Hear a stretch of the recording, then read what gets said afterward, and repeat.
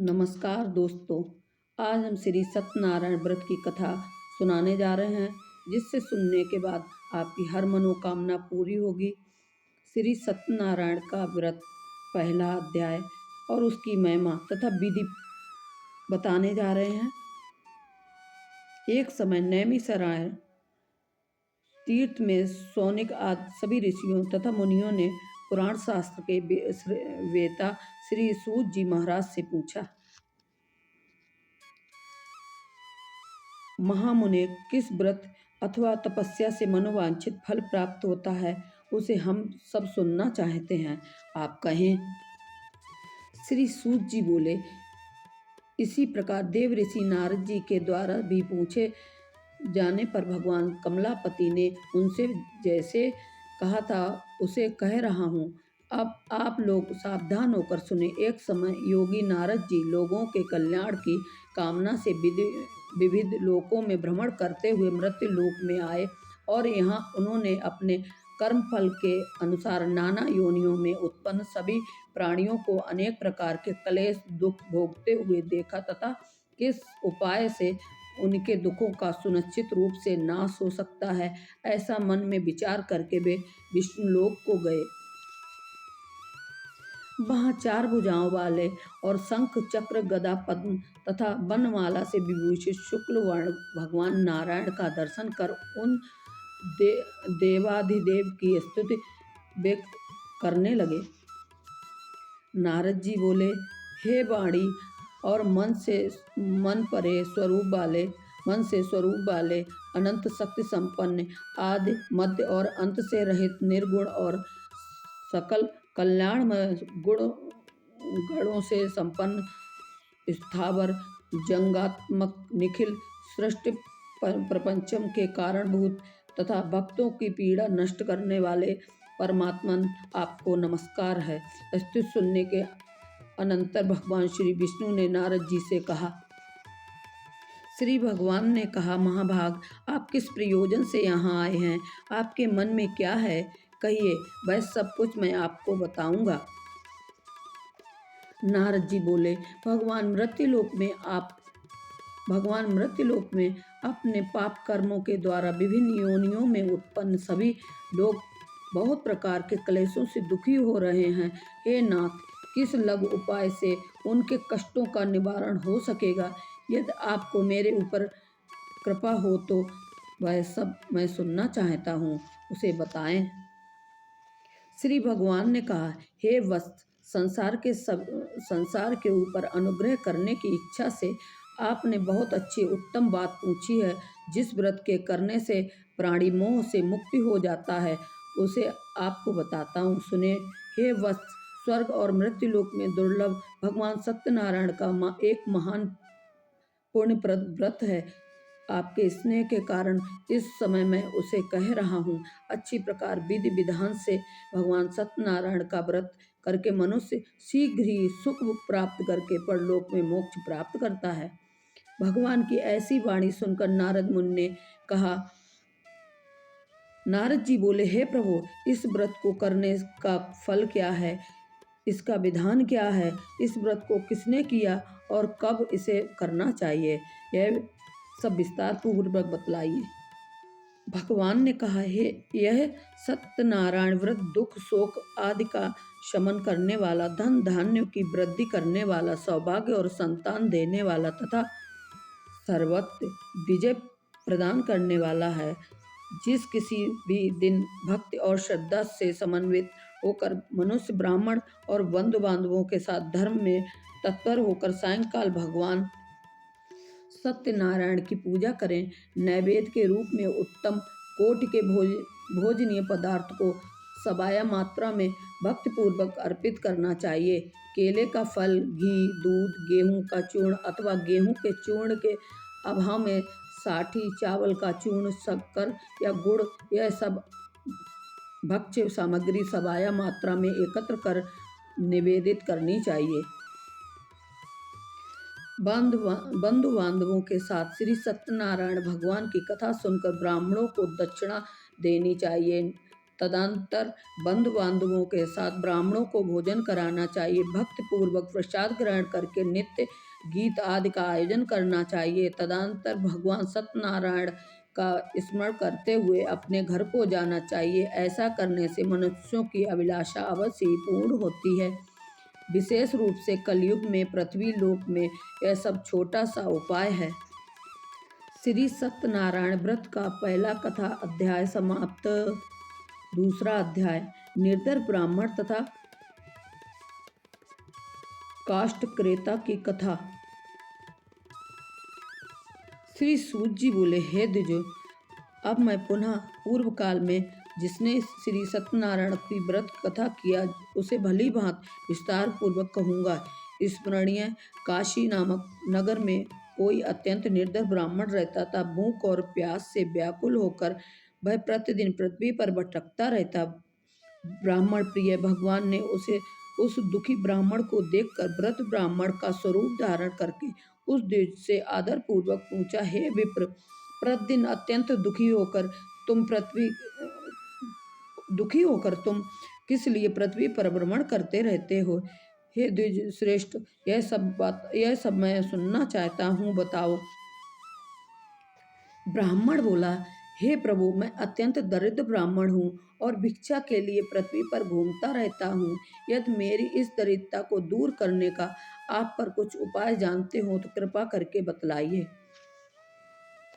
वृद्ध ब्राह्मण ने कहा, हे ब्राह्मण देव, सत्यनारायण भगवान विष्णु अभीष्ट फल को देने वाले हैं। हे विप्र, तुम उनका उत्तम व्रत एवं पूजन करो, जिसे करने से मनुष्य सभी दुखों से मुक्त हो जाता है। और व्रत के विधान को भी ब्राह्मण से यत्न पूर्वक कहकर वृद्ध ब्राह्मण स्वरूपधारी भगवान सत्यनारायण वहीं पर अंतर ध्यान हो गए। वृद्ध ब्राह्मण ने जैसा कहा है उस व्रत को अच्छी प्रकार से वैसे ही करूँगा। यह सोचते हुए ब्राह्मण को रात में नींद नहीं आई। तदंतर प्रातःकाल उठकर सत्यनारायण का व्रत करूँगा, ऐसा संकल्प करके वह ब्राह्मण भिक्षा के लिए चल पड़ा। उस दिन ही ब्राह्मण को भिक्षा में बहुत सा धन प्राप्त हुआ। उसी धन से उसने बंधु बांधवों के साथ भगवान सत्यनारायण का व्रत किया। इस व्रत के प्रभाव से वह श्रेष्ठ भगवान सभी दुखों से मुक्त होकर इस व्रत को करके श्री श्रेष्ठ ब्राह्मण सभी पापों से मुक्त हो गया और उनसे दुर्लभ मोक्ष पद की प्राप्ति किया। हे विप्र, पृथ्वी पर जब भी कोई मनुष्य श्री सत्यनारायण का व्रत करेगा, उसी समय उसके समस्त दुख दूर और नष्ट हो जाएंगे। हे ब्राह्मणों, इस प्रकार भगवान नारायण ने महात्मा नारद जी से जो कुछ कहा वह मैंने सब आप लोगों से कह दिया है। अब आगे और क्या कहूँ। ऋषियों ने कहा, हे मुनि, इस पृथ्वी पर उस ब्राह्मण से सुने हुए इस व्रत को किसने किया, हम वह सब कुछ सुनना चाहते हैं, हमारी श्रद्धा हो रही है। सूत जी बोले, मुनियों, पृथ्वी पर जिसने यह व्रत किया उसे आप लोग सुने। एक बार वह द्विज श्रेष्ठ अपनी धन संपत्ति के अनुसार बंधु बांधवों तथा परिजनों के साथ व्रत करने के लिए उद्यत हुआ। इसी बीच एक लकड़हारा वहां से आया और लकड़ी बाहर रखकर उस ब्राह्मण के घर गया। प्यास से व्याकुल वह उस ब्राह्मण को व्रत करता हुआ देख प्रणाम करके उससे बोला, हे प्रभु, आप यह क्या कर रहे हैं? इसके करने से किस फल की प्राप्ति होती है? विस्तार पूर्वक मुझसे कहिए। विप्र ने कहा, यह सत्यनारायण का व्रत है, जो सभी मनोरथों को प्रदान करने वाला है। उसी के प्रभाव से मुझे यह सब महान धन धान्य आदि प्राप्त हुआ है। जल पीकर तथा प्रसाद ग्रहण करके वह नगर चला गया। सत्यनारायण के देव सत्यनारायण देव के लिए मन से ऐसा सोचने लगा कि आज लकड़ी बेचने से जो धन प्राप्त हुआ है उसी धन से भगवान सत्यनारायण का श्रेष्ठ व्रत करूंगा। इस प्रकार मन में से चिंतन करता हुआ लकड़ी को मस्तक पर रखकर उस सुंदर नगर में गया जहाँ धन संपन्न लोग रहते हैं। उस दिन उसने लकड़ी का दुगना मूल्य प्राप्त किया। तदंतर प्रसन्न हृदय होकर वह पके हुए केले, फल, शक्कर, घी, दूध और गेहूं का चूर्ण सवाया मात्रा में लेकर अपने घर गया। तत्पश्चात उसने अपने बांधवों को बुलाकर विधि विधान से भगवान श्री सत्यनारायण का व्रत किया। उस व्रत के प्रभाव से वह धन पुत्र से संपन्न हो गया और इस लोक में अनेक सुखों को भोग कर अंत में सत्यपुर वैकुंठ लोक चला गया। श्री सत्यनारायण दूसरा अध्याय समाप्त। तीसरा अध्याय। श्री सूत जी बोले, हे श्रेष्ठ मुनियों, अब मैं पुनः आगे की कथा कहूँगा। आप लोग सुने, प्राचीन काल में उल्कामुख नाम का एक राजा रहता था। वह जितेंद्रिय, सत्यवादी तथा अत्यंत बुद्धिमान था। वह विद्वान राजा प्रतिदिन देवालय जाता और ब्राह्मणों को धन देकर संतुष्ट करता था। कमल के समान मुख वाली उसकी धर्मपत्नी शील, विनय और सौंदर्य आदि गुणों से संपन्न तथा पतिपरायण थी। राजा एक दिन अपनी धर्मपत्नी के साथ भद्रशाली नदी के तट पर श्री सत्यनारायण व्रत कथा कर रहा था। उसी समय व्यापार के लिए अनेक प्रकार की पुष्कल धनराशि से संपन्न एक साधु वाणिक वहां आया। भद्रशिला नदी के तट पर नाव को स्थापित कर वह राजा के समीप गया और राजा को उस व्रत में दीक्षित देखकर विनय पूर्वक पूछने लगा। साधु ने कहा, राजन, आप भक्ति युक्त चित्त से यह क्या कर रहे हैं? कृपया वह सब हमें बताइए, यह इस समय मैं सुनना चाहता हूँ। राजा बोले, हे साधु, पुत्र आदि की प्राप्ति की कामना से आपने बंधु बांधवों के साथ मैं अतुल तेज संपन्न भगवान विष्णु का व्रत एवं पूजन कर रहा हूँ। राजा की बात सुनकर साधु ने आदर पूर्वक कहा, हे राजन, इस विषय में आप मुझे सब कुछ विस्तार पूर्वक बतलाइए। आपके कथानुसार मैं व्रत एवं पूजन करूँगा।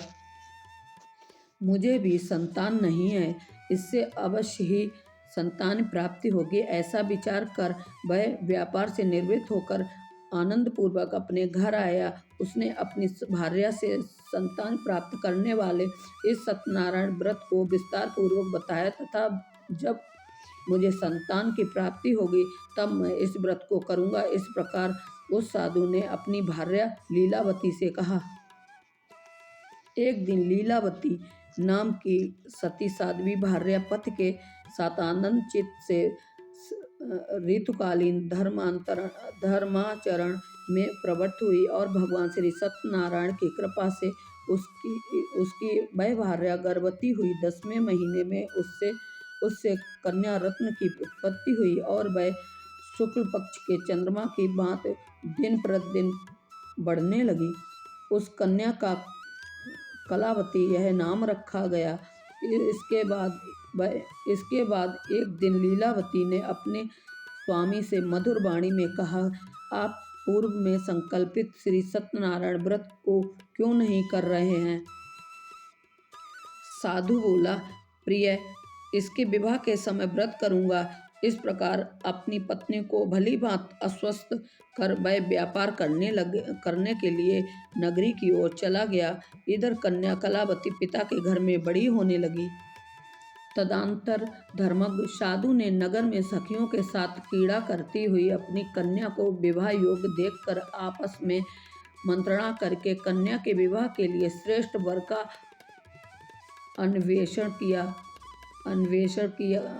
अन्वेषण करो, ऐसा दूत से कहकर शीघ्र ही उसे भेज दिया। उसकी आज्ञा प्राप्त करके दूत कंचन नगर नामक में गया और वहां से एक वाणिक का पुत्र लेकर आया। उस साधु ने उस वाणिक के पुत्र को सुंदर और गुणों से संपन्न देखकर अपनी जाति के लोगों तथा बंधु बांधवों के साथ संतुष्ट चित्त और विधि विधान से बाणिक पुत्र के हाथ में अपनी कन्या का दान दे दिया। उस समय वह साधु बाणिक दुर्भाग्यवश भगवान का वह उत्तम व्रत करना भूल गया। पूर्व संकल्प के अनुसार विवाह के समय में व्रत न करने के कारण भगवान उस पर रुष्ट हो गए। कुछ समय के पश्चात अपने व्यापार कर्म में कुशल वह साधु बाणिक काल की प्रेरणा से अपने दामाद के साथ व्यापार करने के लिए समुद्र समीप स्थित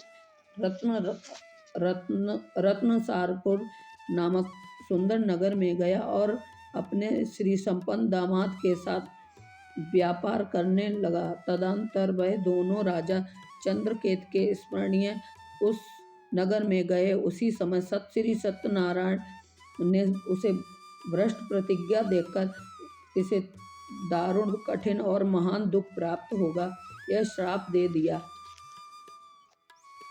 एक दिन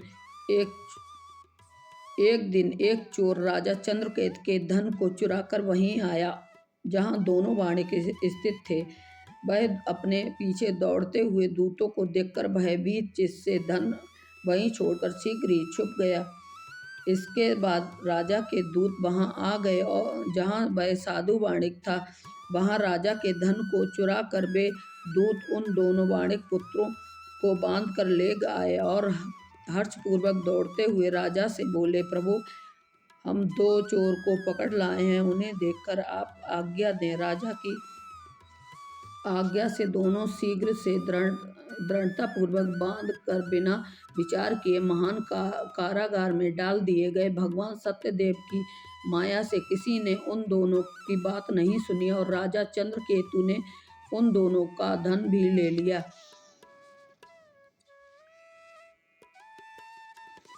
उन भगवान के श्राप से बाणिक के घर में उनकी भार्या भी अत्यंत दुखी हो गई और उनके घर में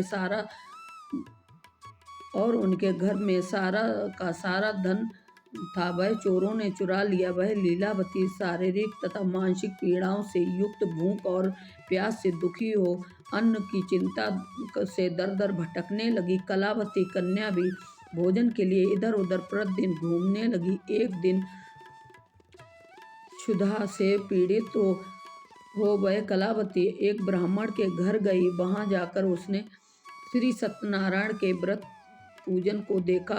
वहां बैठकर उसने कथा सुनी और वरदान मांगा। तदंतर प्रसाद ग्रहण करके वह कुछ रात होने पर घर गई। माता लीलावती ने कलावती कन्या से प्रेम पूर्वक पूछा, पुत्री, रात में तू कहाँ रुक गई? तुम्हारे मन में क्या है? कलावती कन्या ने तुरंत माता से कहा, माँ, मैंने एक ब्राह्मण के घर में मनोरथ प्रदान करने वाला व्रत देखा। कन्या की उस बात को सुनकर वह बाणिक की भार्या व्रत करने को उद्यत हुई और प्रसन्न मन से उस साध्वी ने बंधु बांधवों के साथ भगवान सत्यनारायण व्रत किया। इस व्रत के प्रकार प्रार्थना की श्री सत्यनारायण व्रत किया तथा इस प्रकार प्रार्थना की, भगवान आप हमारे पति एवं जामाता के अपराध को क्षमा करें। वे दोनों अपने घर शीघ्र आए। इस व्रत से भगवान सत्यनारायण पुनः संतुष्ट हो गए तथा उन्होंने नृपश्रेष्ठ चंद्रकेतु को स्वप्न दिखाया और स्वप्न में कहा, नृपश्रेष्ठ, प्रातःकाल दोनों बाणकों को छोड़ दो और वह सारा धन भी दे दो जो तुमने उनसे इस समय ले लिया है, अन्यथा राज्य, धन और पुत्र सहित तुम्हारा सर्वनाश कर दूंगा। राजा से स्वप्न में ऐसा कहकर सत्यनारायण भगवान अंतर ध्यान हो गए। इसके अनंतर प्रातः काल राजा ने अपने सभासदों के साथ सभा के मध्य बैठकर अपना स्वप्न लोगों को बताया और कहा, दोनों बंदी बाणिक पुत्रों को शीघ्र ही मुक्त कर दो।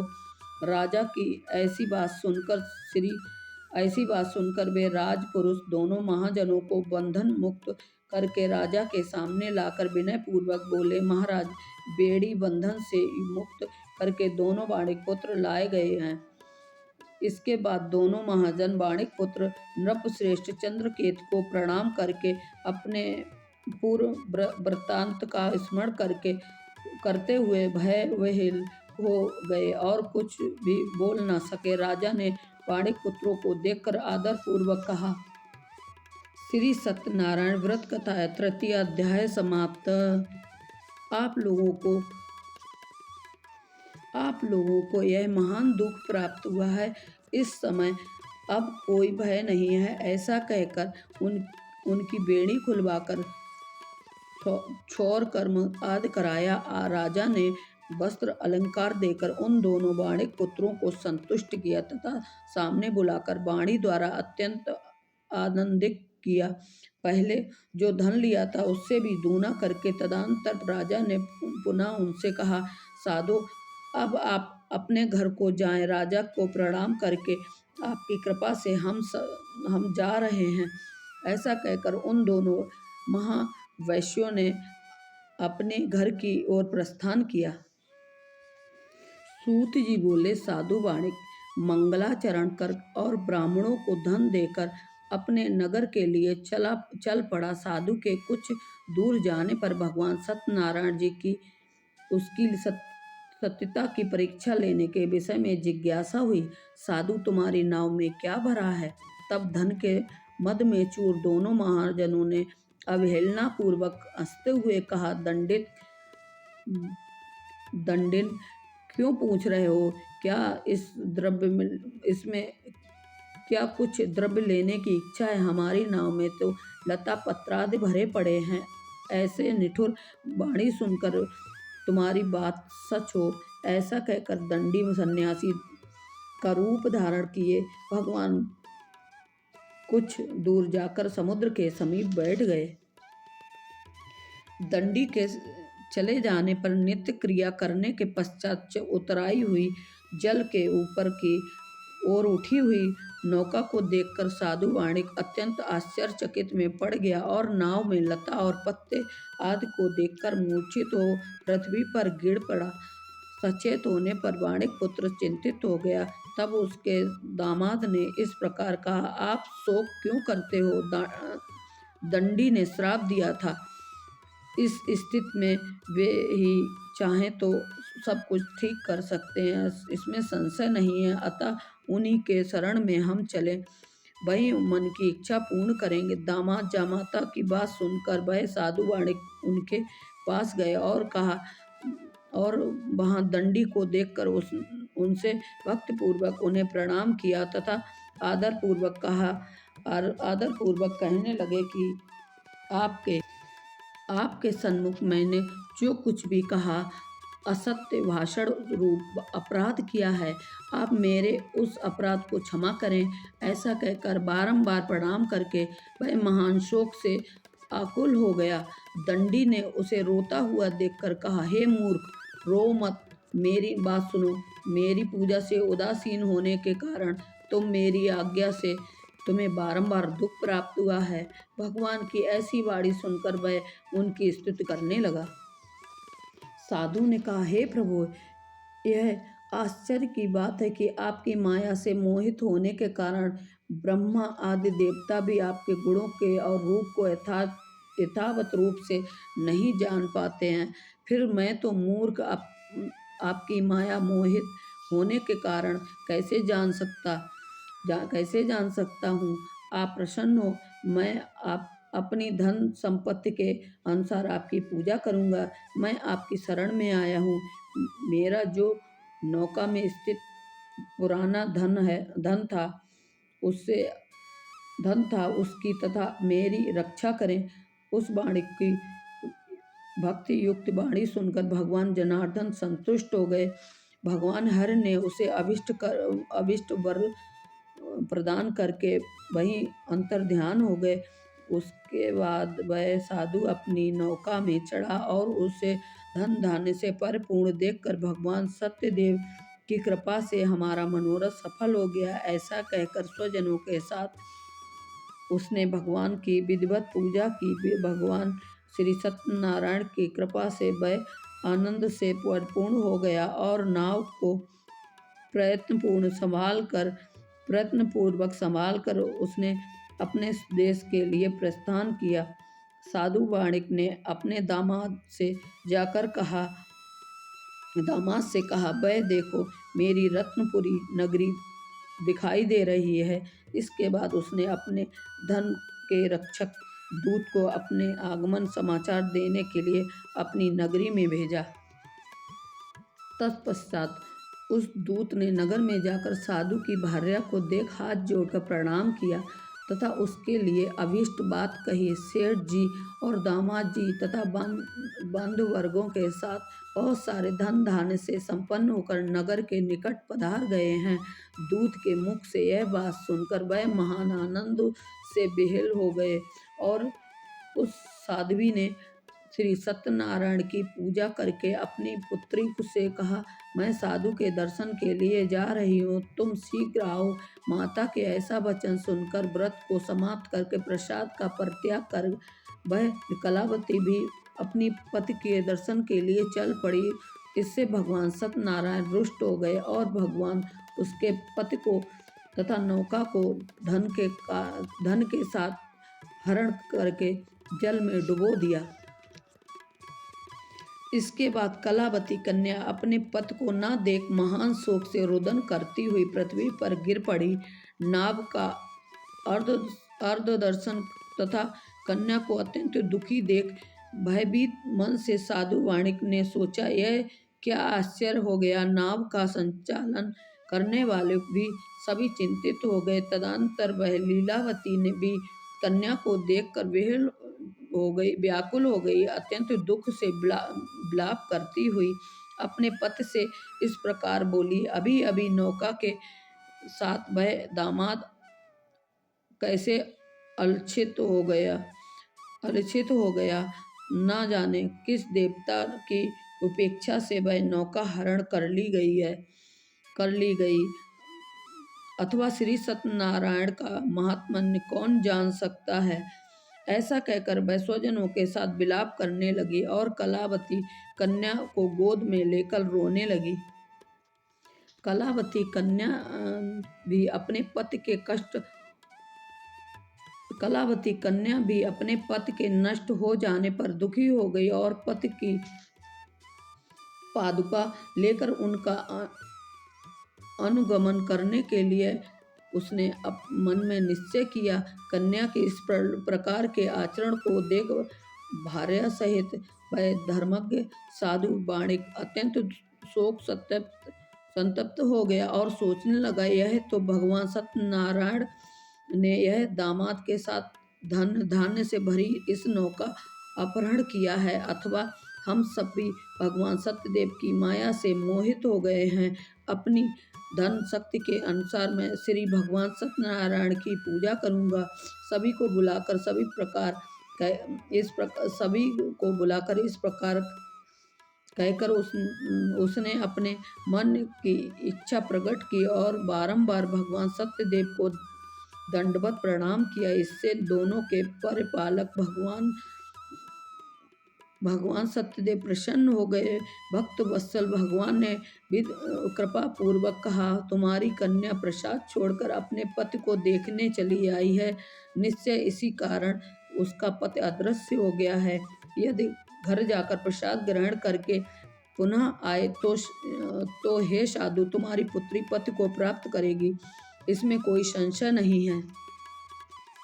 कन्या कलावती भी आकाशमंडल ऐसी वाणी सुनकर शीघ्र ही घर गई और उसने प्रसाद ग्रहण किया। पुनः आकर स्वजनों तथा अपने पति को देखा तथा कलावती कन्या ने अपने पिता से कहा, अब घर चलें, विलंब क्यों कर रहे हैं। कन्या की बात सुनकर वाणिक पुत्र संतुष्ट हो गया और विधि विधान से भगवान सत्यनारायण का पूजन करके धन तथा बंधु बांधवों के साथ अपने घर को गया। तदंतर पूर्णिमा तथा संक्रांति पूर्वों पर भगवान सत्यनारायण का पूजन करते हुए इस लोक में सुख भोग कर अंत में वह सत्यपुर वैकुंठ में चला गया। इति श्री सत्यनारायण चौथा अध्याय समाप्त। पांचवा अध्याय। श्री सूत जी बोले, श्रेष्ठ मुनियों, अब इसके बाद मैं दूसरी कथा कहूँगा, आप लोग सुने। अपनी प्रजा का पालन करने में तत्पर तंगध्वज नामक एक राजा था। उसने सत्यदेव के प्रसाद का परित्याग करके दुख प्राप्त किया था। एक बार वह वन में जाकर और वहाँ बहुत से पशुओं को मारकर वट वृक्ष के नीचे आया। वहाँ उसने देखा कि गोपगण बंधु बांधवों के साथ संतुष्ट होकर भक्तिपूर्वक भगवान सत्यदेव की पूजा कर रहे हैं। राजा को यह देखकर भी अहंकार बस ना तो वहां गया और ना उसने भगवान सत्यनारायण को प्रणाम किया। इसके बाद पूजन के अनंतर सभी गोपगण भगवान का प्रसाद राजा के समीप रखकर वहां से लौट आए और इच्छा अनुसार उन सभी ने भगवान का प्रसाद ग्रहण किया। इधर राजा को प्रसाद का परित्याग करने से बहुत दुखी हुआ। उसका संपूर्ण धन धान्य सभी नष्ट और 100 पुत्र नष्ट हो गए। राजा ने मन में यह निश्चय किया कि अवश्य ही श्री भगवान सत्यनारायण ने हमारा यह नाश कर दिया है, इसलिए मुझे वहीं जाना चाहिए। श्री सत्यनारायण का पूजन हो रहा था। ऐसा मन में निश्चय करके वह राजा गोपगणों के समीप गया और उसने गोपगणों के साथ युक्त भक्ति से युक्त होकर विधि पूर्वक भगवान सत्यदेव की पूजा की। भगवान सत्यदेव की कृपा से वह पुनः धन और पुत्र से संपन्न हो गया तथा इस लोक में भी सुख भोग कर उस सुखों का भोग कर अंत में सत्यपुर वैकुंठ लोक को प्राप्त हुआ। श्री सूत जी कहते हैं, जो व्यक्ति इस परम दुर्लभ श्री सत्यनारायण के व्रत को करता है और पुण्यमयी तथा फलदायिनी भगवान की कथा को भक्ति युक्त होकर सुनता है, उसे भगवान श्री सत्यनारायण की कृपा से धन धान्य आदि की प्राप्ति होती है। दरिद्र धनवान हो जाता है, बंधन में पड़ा हुआ बंधन से मुक्त हो जाता है, डरा हुआ व्यक्ति भय से मुक्त हो जाता है। यह सत्य बात है, इसमें संशय नहीं है। इस लोक में वह सभी सत्य फलों का भोग प्राप्त करके अंत में सत्यपुर वैकुंठ लोक को जाता है। हे ब्राह्मणों, इस प्रकार मैंने आप लोगों से भगवान सत्यनारायण के व्रत को कहा, जिसे करके मनुष्य सभी दुखों से मुक्ति हो जाता है। कलयुग में तो भगवान सत्यदेव की पूजा विशेष फल प्रदान करने वाली है। भगवान विष्णु को ही कुछ लोग काल, कुछ लोग सत्य और सत्यदेव तथा दूसरे लोग सत्यनारायण नाम से कहेंगे। अनेक रूप धारण करके भगवान सत्यनारायण सभी का मनोरथ सिद्ध करते हैं। कलयुग में सनातन भगवान विष्णु ही सत्यनारायण की इस व्रत कथा को पढ़ता या सुनाता है। भगवान सत्यनारायण की कृपा से उनके सभी कष्ट नष्ट दूर हो जाते हैं। हे मुनीश्वरों, पूर्व काल में जिन लोगों ने भगवान सत्यनारायण व्रत किया था, उनके अगले जन्म का वृतांत कहता हूँ, आप लोग सुने। महान प्रज्ञा संपन्न सतानंद नाम के ब्राह्मण सत्यनारायण का व्रत करने के प्रभाव से दूसरे जन्म में सुदामा नामक ब्राह्मण हुए और उस जन्म में श्री भगवान श्री कृष्ण ध्यान करके उन्होंने मोक्ष प्राप्त किया। लकड़हारा भील गुहों का राजा हुआ और अगले जन्म में उसने भगवान श्री राम की सेवा करके मोक्ष प्राप्त किया। महाराज उल्कामुख दूसरे जन्म में राजा दशरथ हुए, जिन्होंने श्री रंगनाथ जी की पूजा करके अंत में वैकुंठ प्राप्त किया। इसी प्रकार धर्म और सत्यव्रती साधु पिछले जन्म के सत्यव्रत के प्रभाव से दूसरे जन्म में मोरध्वज नामक राजा हुआ।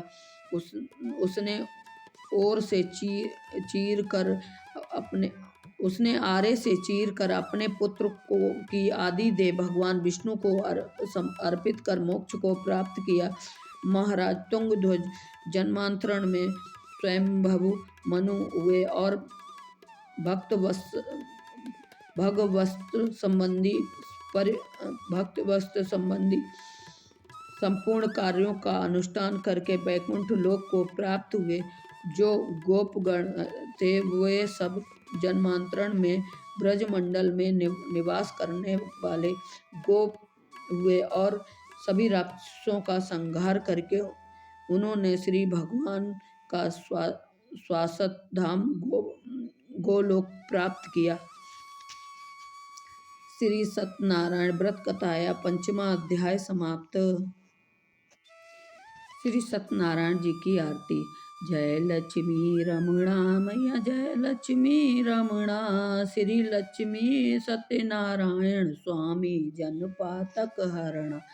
जय लक्ष्मी रमणा रतन जटित सिंहासन अद्भुत छवि राजे, स्वामी अद्भुत छबरा नारद करत निरंजन घंटा ध्वन बाजे। जय लक्ष्मी रमणा प्रगट भये कल कारण द्विज को दरस दियो, उदरस दियो बूढ़ा ब्राह्मण बन के कंचन महल कियो। जय लक्ष्मी रमणा दुर्बल बील कठोर जिन पर कृपा करी, चंद्रचूर्ण एक राजा जिनकी विपत हरी। जय लक्ष्मी रमणा वैश्य मनोरथ पायो, श्रद्धा तज दीनी स्वामी श्रद्धा तज दीनी, सो फल भोग्यो प्रभु जी फिर स्तुति कीनी। जय लक्ष्मी रमणा भाव भक्ति के कारण छिन छिन रूप धरो, स्वामी छिन छिन रूप धरो, श्रद्धा धारण कीनी तिनको काज सरयो। जय लक्ष्मी रमणा ग्वाल बाल संग राजा वन में भक्ति करी, स्वामी वन में भक्ति करी, मन वांछित फल दीनो दीन दयाल हरि। जय लक्ष्मी रमणा चढ़त प्रसाद सवायो, कदली फल मेवा, स्वामी कदली फल मेवा, धूप दीप तुलसी से राजी सत्य देवा। श्री जय लक्ष्मी रमणा श्री सत्यनारायण जी की आरती, जो कोई नरि गावे, स्वामी प्रेम सहित गावे, तन मन सुख संपत्ति मन वांछित फल पा, तन मन सुख संपत्ति मन वांछित फल पावे। जय लक्ष्मी रमणा श्री जय लक्ष्मी रमणा। बोल सत्यनारायण स्वामी की जय। तो फ्रेंड, अगर आपको हमारी कथा पसंद आई हो तो कमेंट में सत्यनारायण स्वामी की जय अवश्य बोल लिखें। बोल सत्यनारायण स्वामी की जय।